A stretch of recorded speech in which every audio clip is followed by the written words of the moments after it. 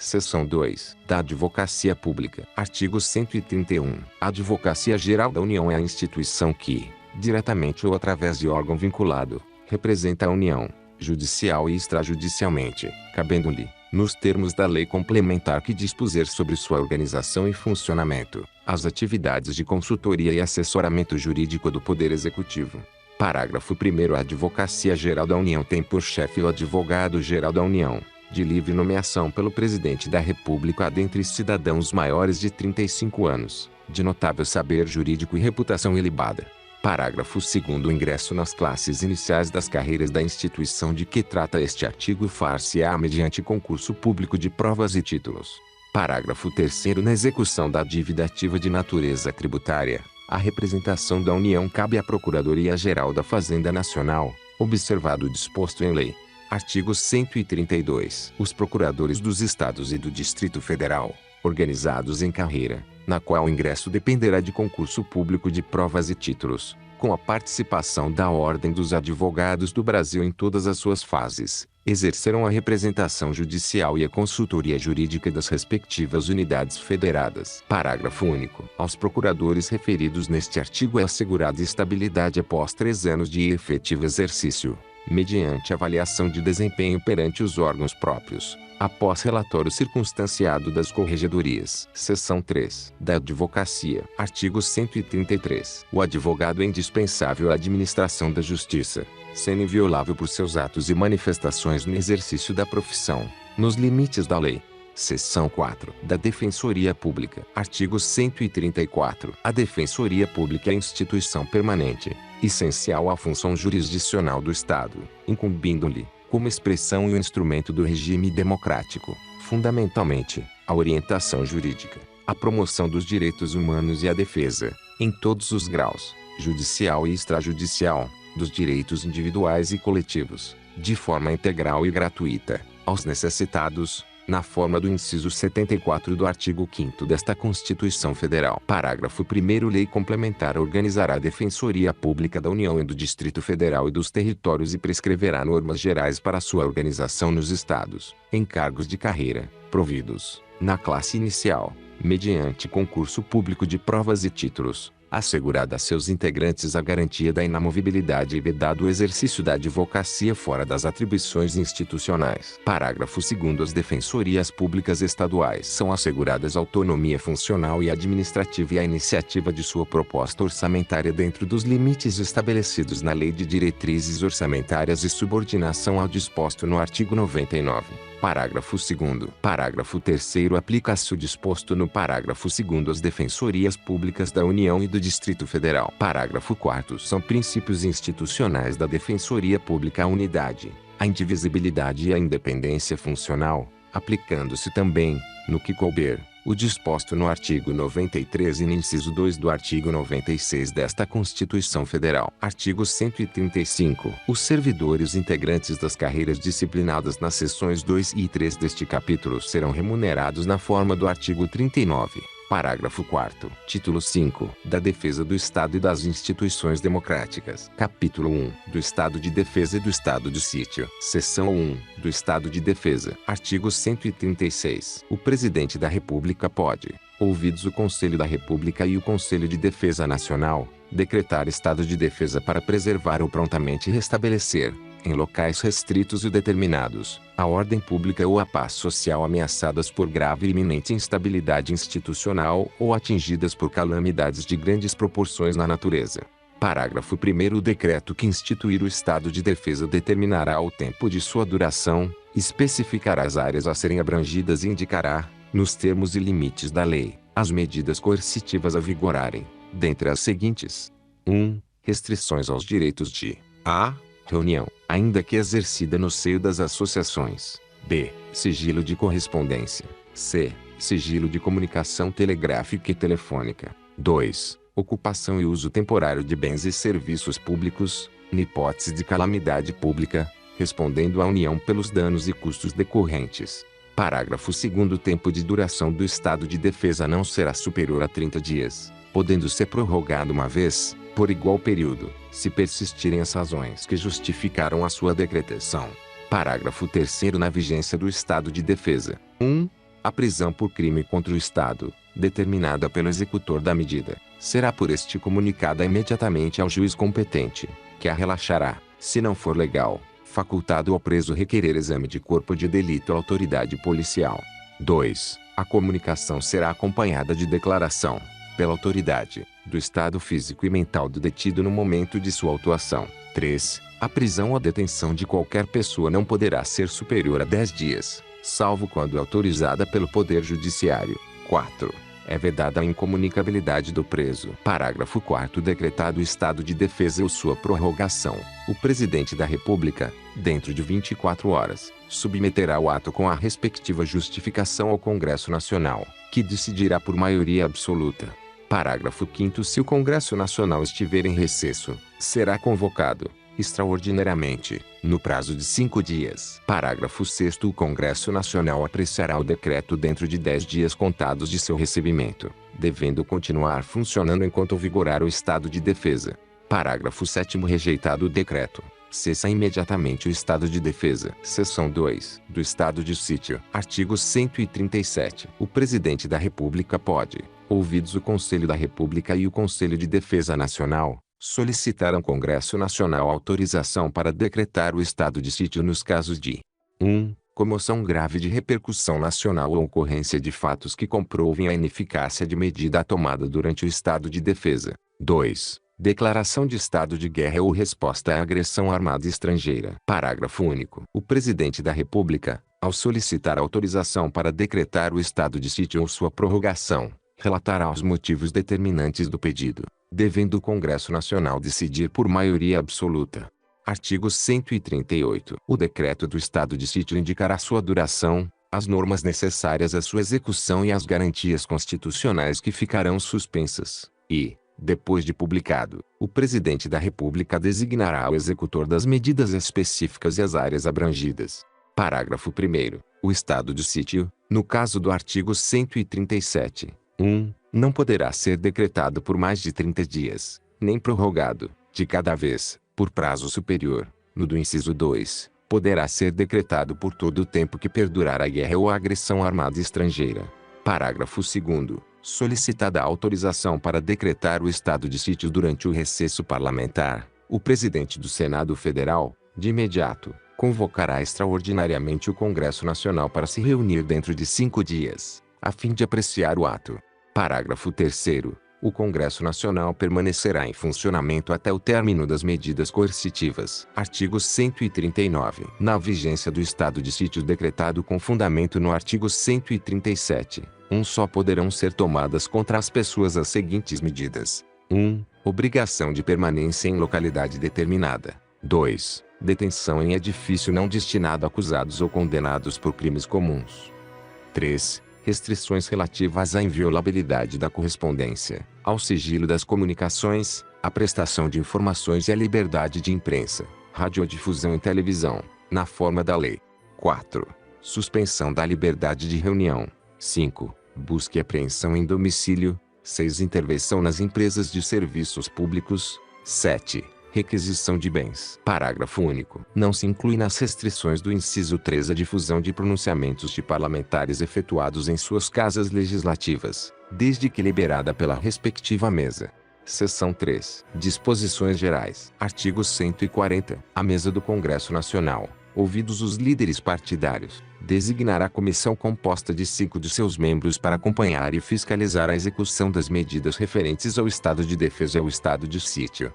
Artigo 141. Cessado o estado de defesa ou estado de sítio, cessarão também seus efeitos, sem prejuízo da responsabilidade pelos ilícitos cometidos por seus executores ou agentes. Parágrafo único. Logo que cesse o estado de defesa ou estado de sítio, as medidas aplicadas em sua vigência serão relatadas pelo Presidente da República, em mensagem ao Congresso Nacional, com especificação e justificação das providências adotadas, com relação nominal dos atingidos e indicação das restrições aplicadas. Capítulo 2. Das Forças Armadas. Artigo 142. As Forças Armadas, constituídas pela Marinha, pelo Exército e pela Aeronáutica, são instituições nacionais permanentes e regulares, organizadas com base na hierarquia e na disciplina, sob a autoridade suprema do Presidente da República, e destinam-se à defesa da pátria, à garantia dos poderes constitucionais e, por iniciativa de qualquer destes, da lei e da ordem. Parágrafo 1º. Lei complementar estabelecerá as normas gerais a serem adotadas na organização, no preparo e no emprego das Forças Armadas. Parágrafo 2º. Não caberá habeas corpus em relação a punições disciplinares militares. Parágrafo 3º. Os membros das Forças Armadas são denominados militares, aplicando-se-lhes, além das que vierem a ser fixadas em lei, as seguintes: 1. As patentes, com prerrogativas, direitos e deveres a elas inerentes, são conferidas pelo Presidente da República e asseguradas em plenitude aos oficiais da ativa, da reserva ou reformados, sendo-lhes privativos os títulos e postos militares e, juntamente com os demais membros, o uso dos uniformes das Forças Armadas. 2. O militar em atividade que tomar posse em cargo ou emprego público civil permanente, ressalvada a hipótese prevista no artigo 37, inciso 16, a linha C, será transferido para a reserva, nos termos da lei.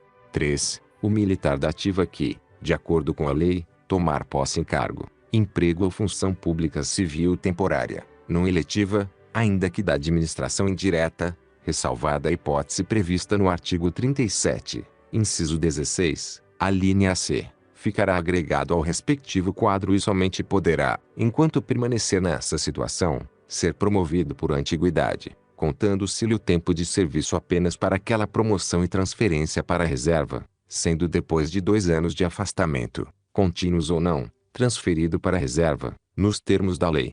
4. Ao militar são proibidas a sindicalização e a greve. 5. Um militar, enquanto em serviço ativo, não pode estar filiado a partidos políticos. 6. O oficial só perderá o posto e a patente se for julgado indigno do oficialato ou com ele incompatível, por decisão de tribunal militar de caráter permanente, em tempo de paz, ou de tribunal especial, em tempo de guerra. 7. O oficial condenado na justiça comum ou militar a pena privativa de liberdade superior a 2 anos, por sentença transitada em julgado, será submetido ao julgamento previsto no inciso anterior. 8. Aplicar-se aos militares o disposto no artigo 7º, incisos 8, 12, 17, 18, 19 e 25, e no artigo 37, incisos 11, 13, 14 e 15, bem como, na forma da lei com prevalência da atividade militar, no artigo 37, inciso 16, a linha C.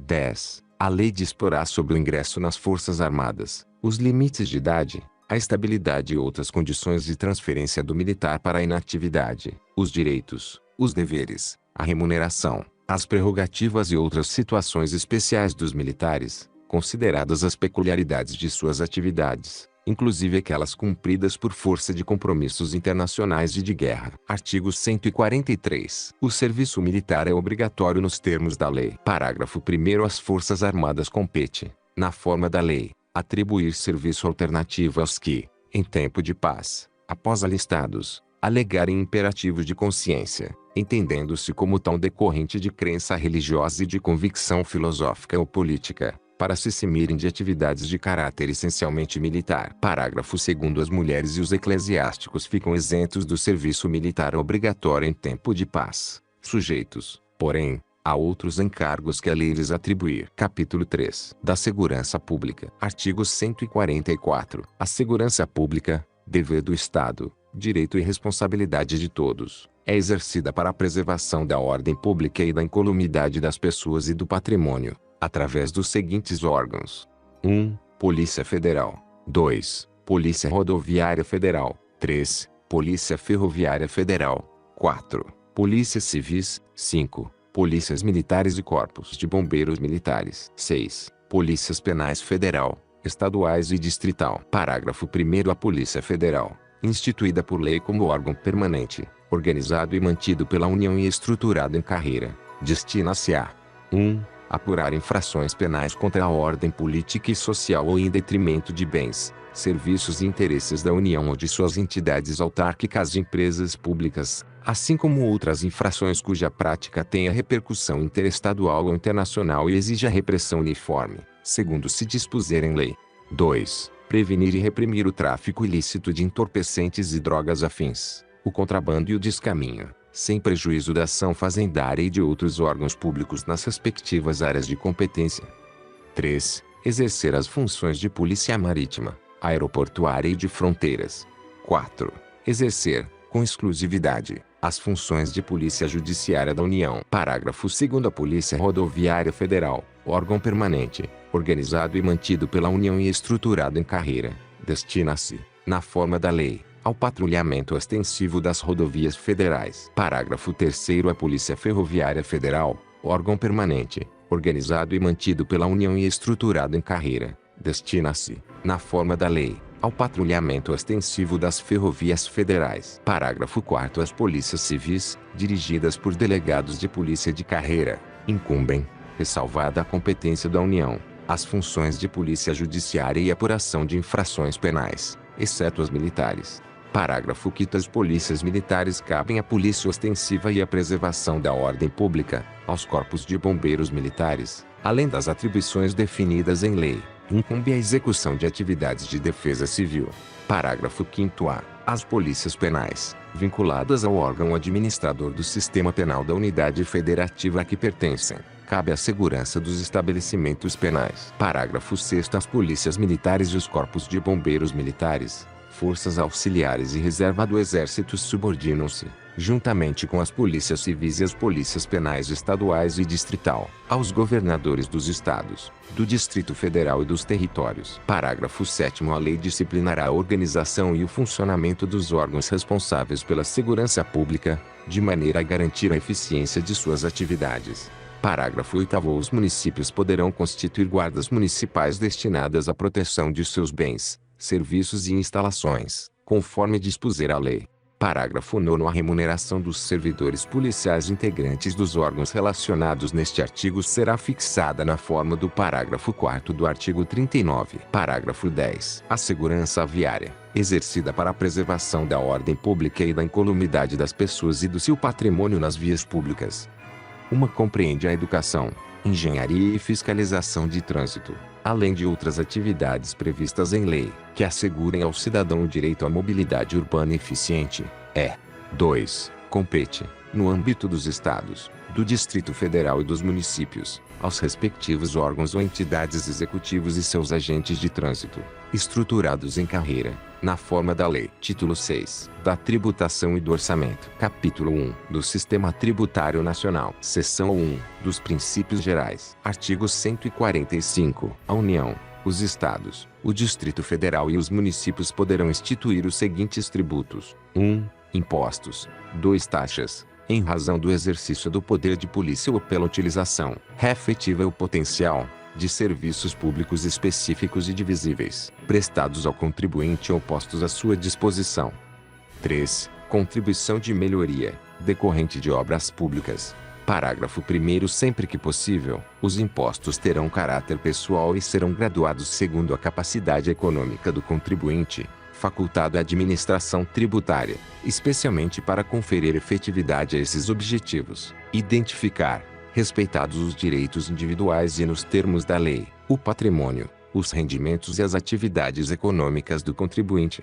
Parágrafo 2º. As taxas não poderão ter base de cálculo própria de impostos. Artigo 146. Cabe à lei complementar: 1. Dispor sobre conflitos de competência, em matéria tributária, entre a União, os Estados, o Distrito Federal e os municípios. 2. Regular as limitações constitucionais ao poder de tributar. 3. Estabelecer normas gerais em matéria de legislação tributária, especialmente sobre a definição de tributos e de suas espécies, bem como, em relação aos impostos discriminados nesta Constituição, a dos respectivos fatos geradores, bases de cálculo e contribuintes. b. Obrigação, lançamento, crédito, prescrição e decadência tributários. c. Adequado tratamento tributário ao ato cooperativo praticado pelas sociedades cooperativas. d. Definição de tratamento diferenciado e favorecido para as microempresas e para as empresas de pequeno porte, inclusive regimes especiais ou simplificados no caso do imposto previsto no artigo 155. 2. Das contribuições previstas no artigo 195, 1 e parágrafos 12 e 13, e da contribuição a que se refere o artigo 239. Parágrafo único. A lei complementar de que trata o inciso 3, D. Também poderá instituir um regime único de arrecadação dos impostos e contribuições da União, dos Estados, do Distrito Federal e dos municípios, observado que 1. Será opcional para o contribuinte. 2. Poderão ser estabelecidas condições de enquadramento diferenciadas por Estado. 3. O recolhimento será unificado e centralizado e a distribuição da parcela de recursos pertencentes aos respectivos entes federados será imediata, vedada qualquer retenção ou condicionamento. 4.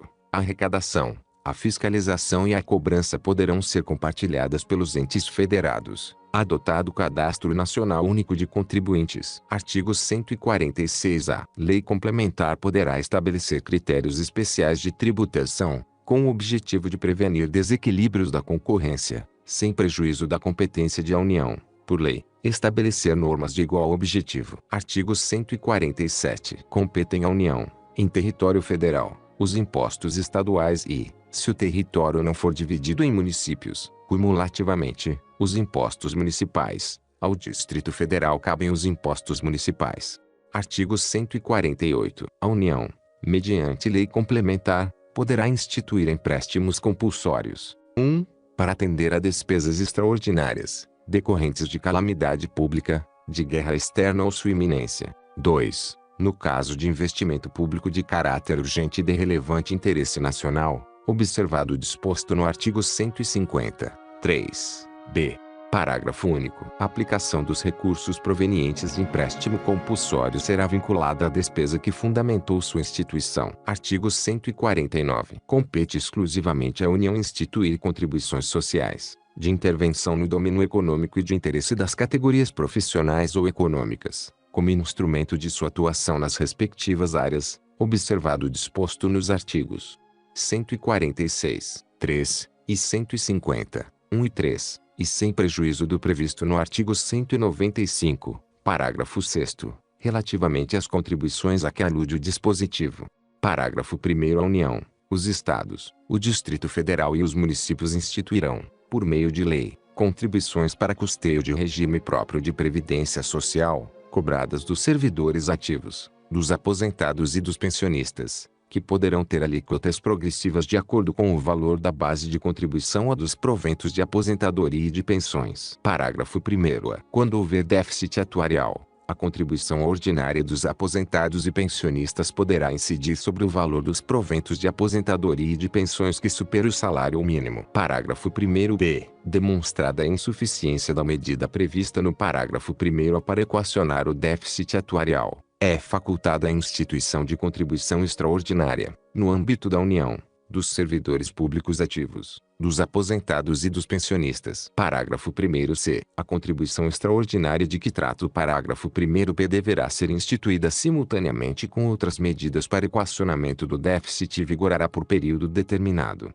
contado da data de sua instituição. Parágrafo 2º. As contribuições sociais e de intervenção no domínio econômico de que trata o caput deste artigo, 1. Não incidirão sobre as receitas decorrentes de exportação. 2. Incidirão também sobre a importação de produtos estrangeiros ou serviços. 3. Poderão ter alíquotas a ad valorem, tendo por base o faturamento, a receita bruta ou o valor da operação e, no caso de importação, o valor aduaneiro. B. Específica, tendo por base a unidade de medida adotada. Parágrafo 3º. A pessoa natural destinatária das operações de importação poderá ser equiparada à pessoa jurídica, na forma da lei. Parágrafo 4º. A lei definirá as hipóteses em que as contribuições incidirão uma única vez. Artigo 149. Aos municípios e o Distrito Federal poderão instituir contribuição, na forma das respectivas leis, para o custeio do serviço de iluminação pública, observado o disposto no artigo 150, 1 e 3. Parágrafo único. É facultada a cobrança da contribuição a que se refere o caput,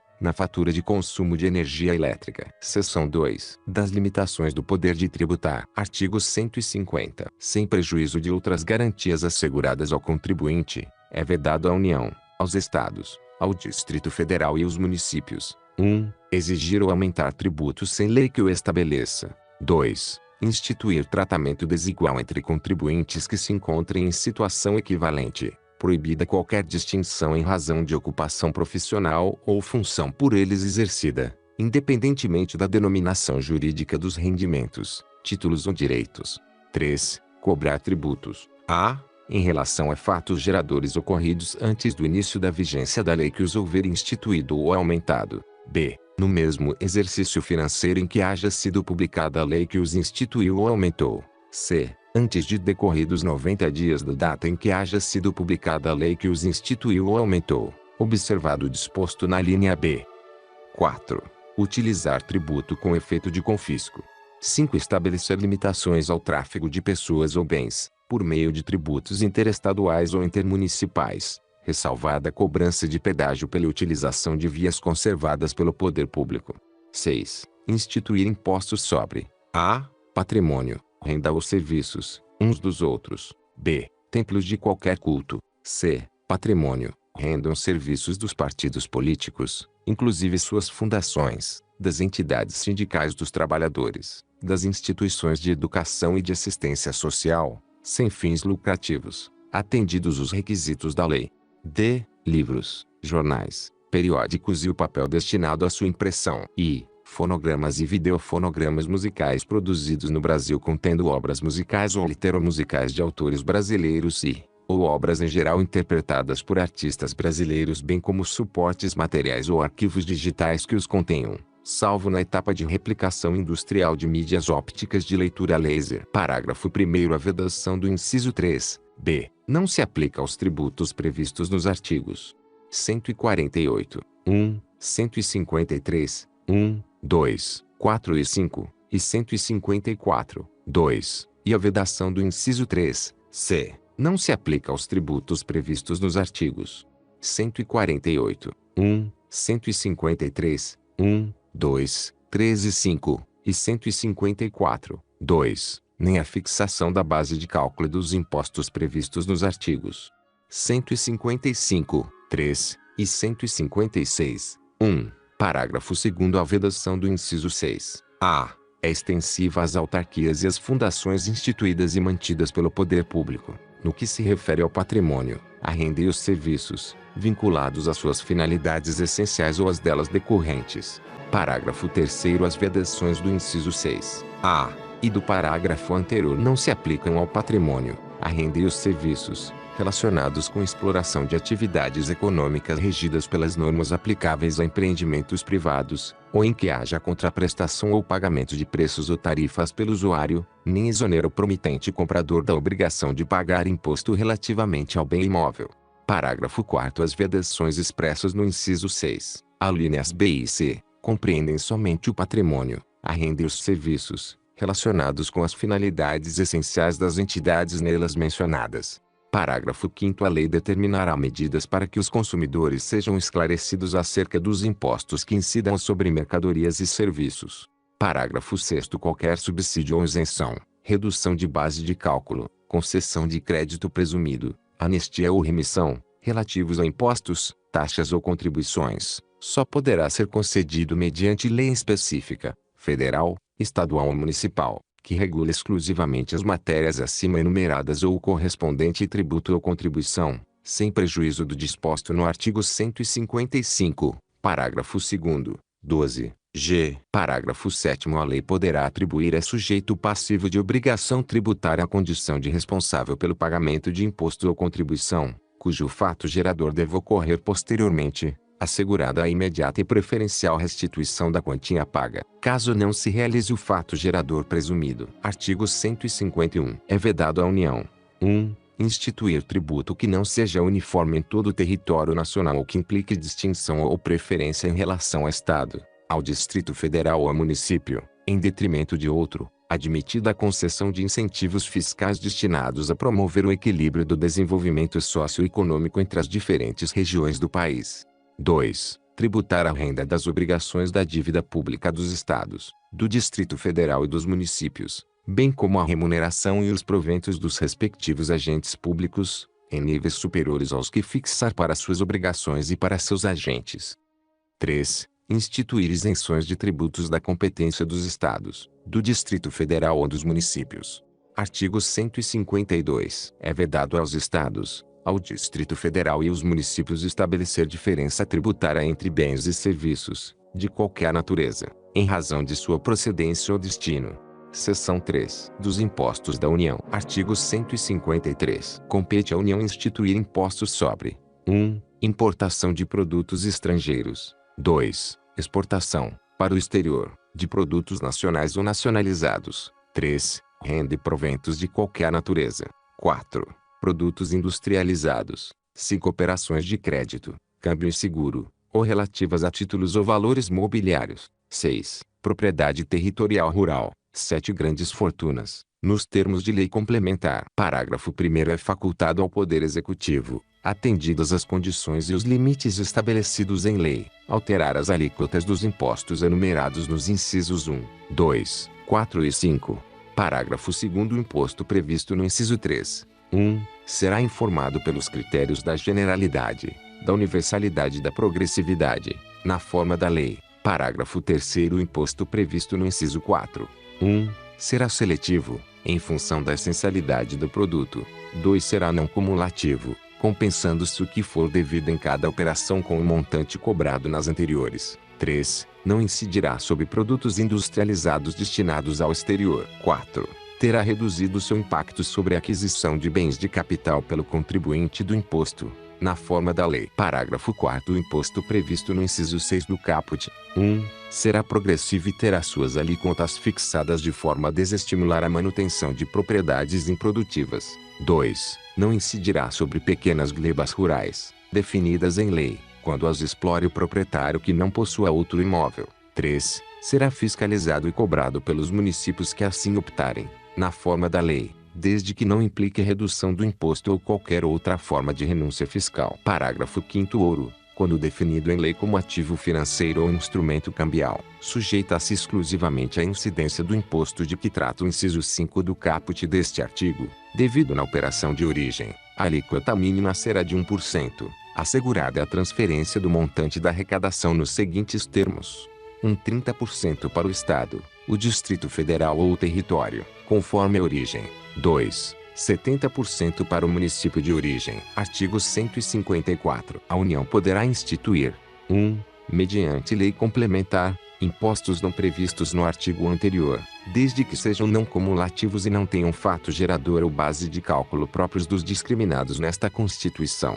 2. Na iminência ou no caso de guerra externa, impostos extraordinários, compreendidos ou não em sua competência tributária, os quais serão suprimidos, gradativamente, cessadas as causas de sua criação.